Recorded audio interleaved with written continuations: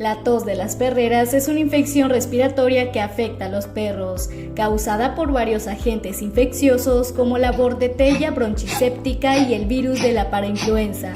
Esta enfermedad es común en climas fríos y se transmite principalmente a través de la tos y los estornudos de perros infectados, aunque también puede ocurrir por el contacto con platos o utensilios compartidos. Los síntomas incluyen tos seca y frecuente, secreción nasal, estornudos y en algunos casos fiebre o vómitos.